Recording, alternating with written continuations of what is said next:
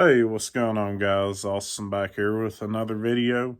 This video is going to be how to choose the right line, whether you're throwing big top water, small top water, finesse fishing, jigs, crankbaits, chatterbaits, you name it. So let's go ahead and get started. All right, so how to choose the right line. So you got all kind of different lines out here. You've got night fishing line, you've got copolymer line, you've got braided line, you've got mono, you've got fluoro. And with all that being said, it's so many brands out there. You got Daiwa, Shimano, Strike King, Seaguar, Sunline, P-Line, Strand, Berkeley, let's see, Bass Pro Shop, just to name a few. So it's really hard to know what to pick when picking the line, because a beginner don't know what that line's there for. They just think, hey, it's fishing line.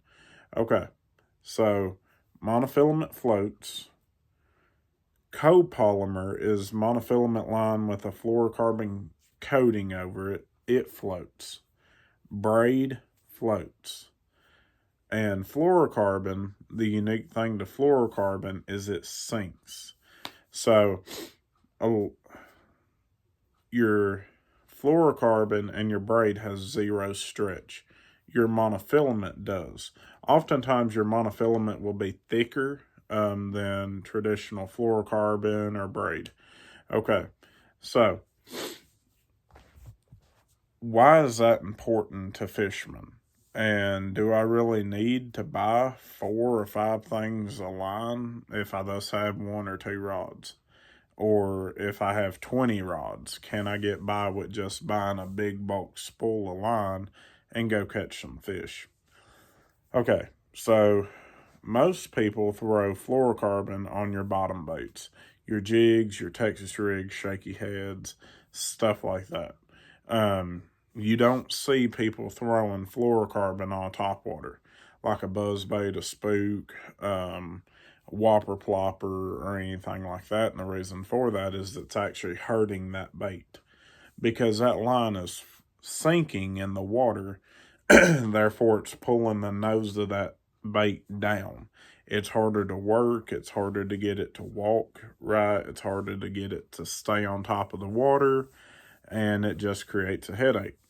Now, here's the thing about braid. So, me personally, I only have 1 rod with braid, and I very rarely use it. I use it when I go to Cedar Creek, and that's just because it's a ton of grass in it. If you're fishing lakes like Lake Chickamauga, Lake Gunnersville, Lake Kissimmee, Lake Okeechobee, Lake Fork, stuff like that, then that braid would be useful. But if you are just fishing Kentucky or fishing Tennessee, not way down in Tennessee, I'm talking about more your river systems or Highland Reservoir type deals, something like Del Hollow, Norris, Cherokee, Douglas, Watch Bar, that sort of thing. And as far as Kentucky lakes go, I'm talking about Laurel, Cumberland, Harrington, Green River, Barron, stuff like that.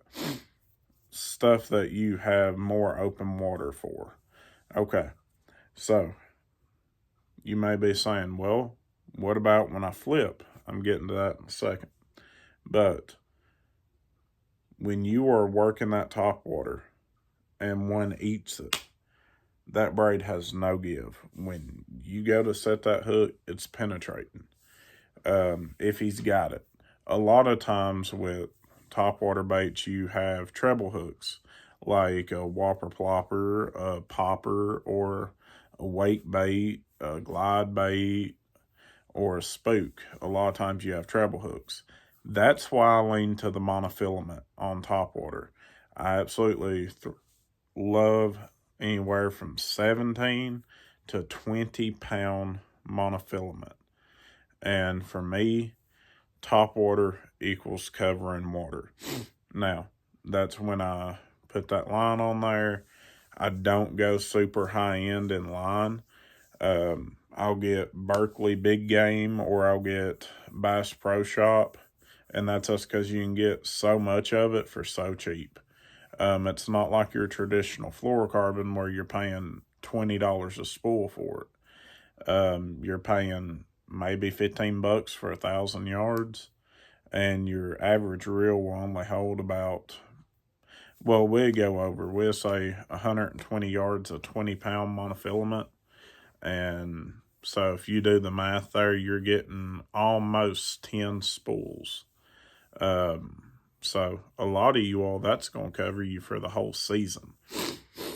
Now, your braid, it does last longer than any other line going. But your higher end fluorocarbon, I've got some that I've had for a year on my rods. And I usually fish at least 2 days a week. Usually I try to go out another day or even 5 days during the week if I can swing it. Okay. Now, we're going to talk more about the braid. The advantages, disadvantages. So years ago, before all this high technology came out, braid, everybody hated.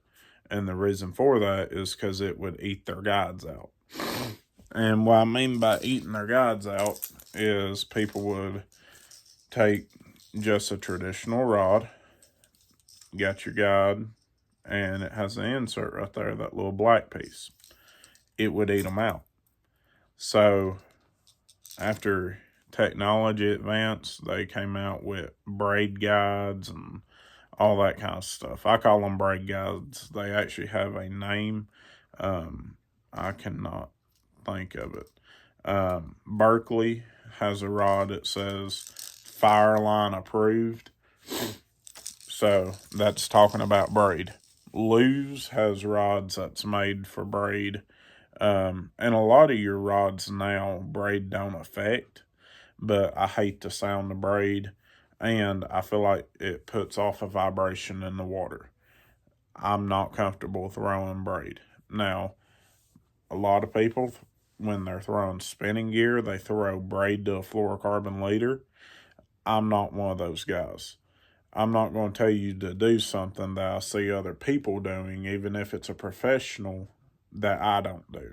Because if I don't have confidence in it, then I don't want to tell you all something that I don't have confidence in. So I don't throw braid, hardly at all. I throw braid for frogging, and that's if I'm fishing middle of dog days of summer. For the most part, my 20-pound monofilament gets me through. But tell you a little trick. The reason why I go so heavy on my topwater line, that 17 and 20, sometimes even 25, is because the thicker the diameter of line, the more buoyancy it has, and the better it sits on top of the water. The better it sits on top of the water, the better you're able to work that bait, and the easier you're able to work that bait. All right, so let's talk about your big glides, big glide baits, big weight baits, something like that right there. What kind of line do I need? I'm investing a lot of money in a glide bait or a little weight bait. Like, that's $20 to $100 there. Wouldn't you want braid that don't break? I still throw it on my 20-pound mono. I fished this guy today. It's us a little jackal bait.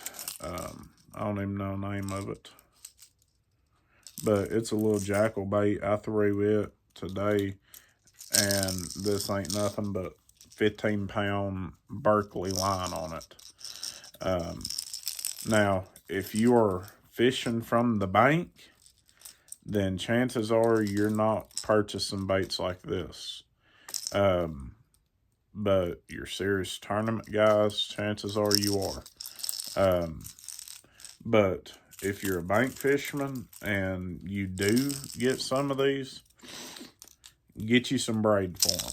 And the reason why I say that is because you all don't have the access to be able to go and retrieve the lure with trolling motor as boat guys do. So go ahead, save yourself some money, get you some 50-pound Power Pro Super Slick 8 moss green, and I take a black Sharpie. I will color about 5 foot of my line.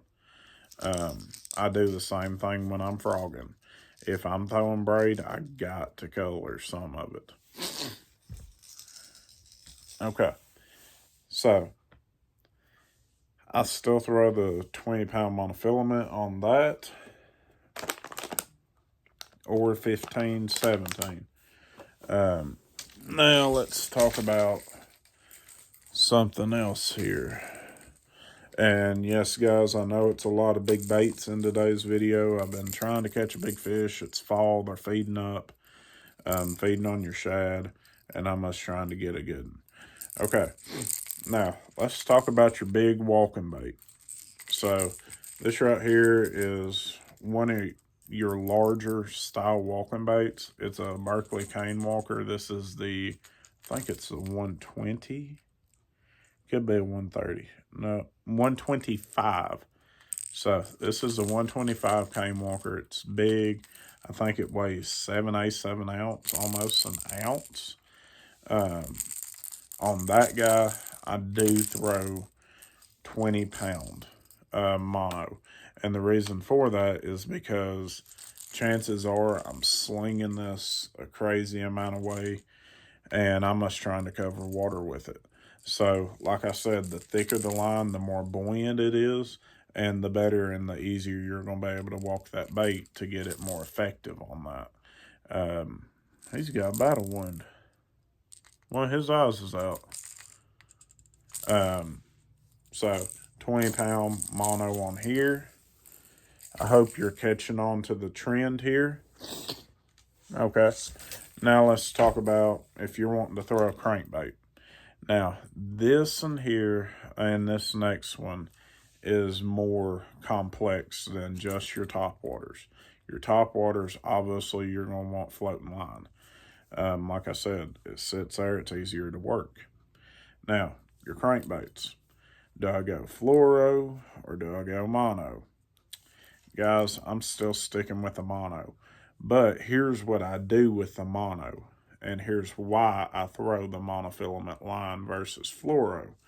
Most people throw your traditional fluorocarbon. Most people throw your cheaper fluorocarbon, like the Seaguar Red Label, the Strand fluorocarbon in that silver box, some of that cheaper Sunline stuff. They throw it. I throw the mono where I can throw a faster ratio reel. Faster ratio reel, the better and the quicker I'm going to get that bait in. And I'm not talking about chuck a crankbait out there and burn, burn, burn, burn, burn, burn, burn, burn, burn. I'm talking about chuck it out there, burn, burn, burn, get it down there to depth real quick, and then just start working it correctly. Especially these little rock crawlers. They have a ton of hunting action.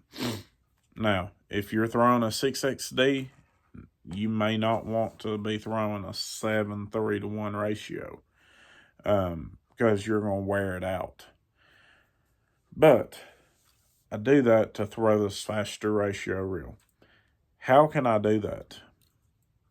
With the fluorocarbon, it has no stretch. So if you're really torquing that reel handle, say you're going too fast like this right here, it's going to be more likely to dart up on its side. Versus that mono, it's going to stretch a little bit. Now, something else about your mono throwing on your crankbaits, where it does have that give, it does have that stretch, you don't have to back your drag off near as much. You don't have to have near as a soft rod. You can get by with a medium heavy rod.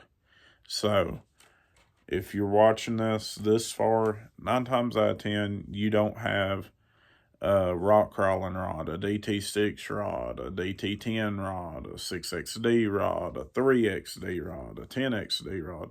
9 times out of 10, you just have a couple rods, and that's all you need. So, say you get this crankbait hung. Well, fluorocarbon, going to break easier. This here is going to stretch and stretch and stretch. Most of your crankbaits float up to the top of the water after they break off. It's the same way. If you throw it out there and just let it sit, chances are it's floating. So you may be able to retrieve that crankbait at the end of the day, versus the weight of that fluorocarbon weighting it down. So that's why I throw monofilament on a crankbait.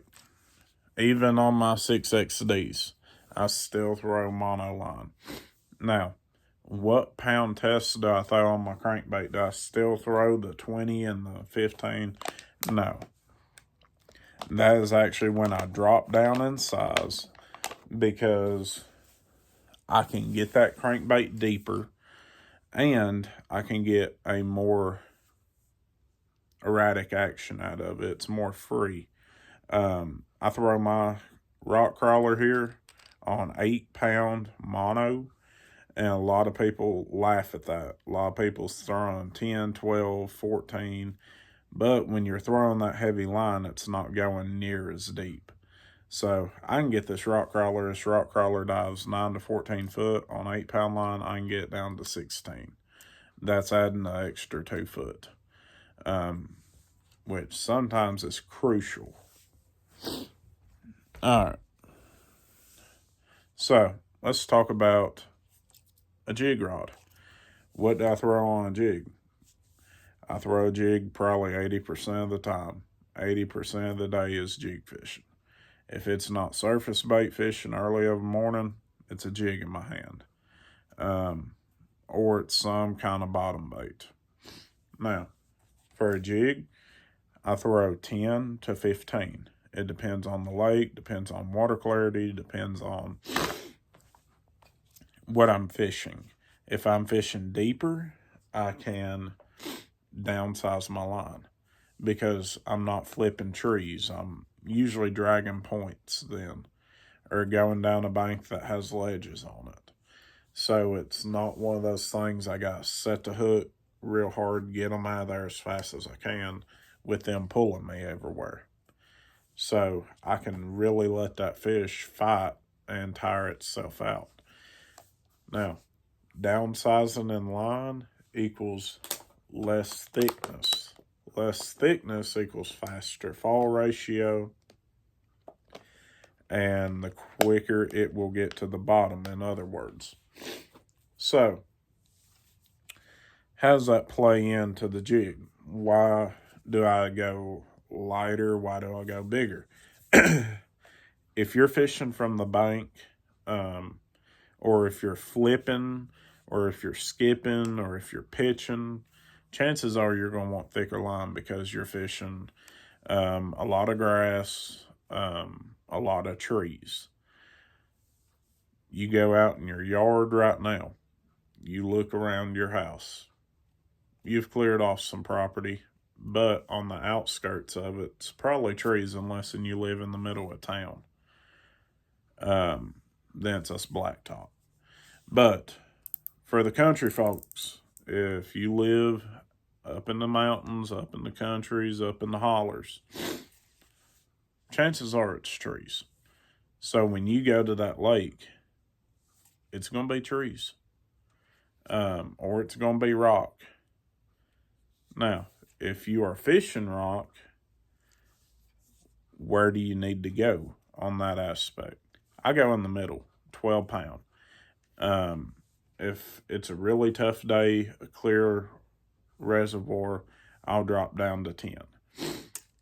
Now, man, you're probably thinking, man, I throw that and throw 15 times, I got to retie. My line's frayed. The only thing I can really tell you to do is check your guides on your rod and you can upsize your line or buy a little bit better of a line. But for the most part, you can get by with 10 fishing rock. Fishing trees go 15. Now, notice all 4 of them was bait casters. You're just like, man, when are we going to talk about spinning gear?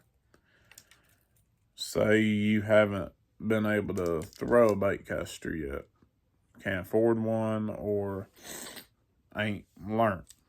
I got you covered. Spinning rod right here. Okay, so say you're throwing a shaky head, a Ned head, a swim bait, something like that, or a tube or a drop shot, the minky rig. Then what do you go to? Well, chances are you're not drop shotting. Chances are you're not Deminky rigging, because a lot of those utilize forward facing sonar. If you got forward facing sonar, chances are you aren't even watching this, because you already got your line, your rods, everything you like. Now, this application, you're throwing a lot of single hook baits. This is the only time I would go fluorocarbon, but you don't have to. Get you some 8-pound monofilament line, go out there and have some fun. What you're going to realize is you're going to have to set the hook a little bit harder to allow for that stretch, that give in that line. But I promise you, you won't lose as many fish as you think. I was one of those that thought I had to have Seaguar and VizX, AbrazeX, and everything like that. All my rods now, I throw a monofilament line because I can get by with it. This right here, I'm fishing a heavy, shaky head. It's 12-pound line. It's not something I'd take to a clear lake or anything like that. It's something I was fishing my local lake with, and it's got a lot of trees. So 8 to 12-pound line is where I'd go on that. I am sorry, I do have the sniffles. I fished in a storm today, and I think I got a cold from it, but it'll be all right. Now, you heard a lot about monofilament. You didn't hear a lot about copolymer.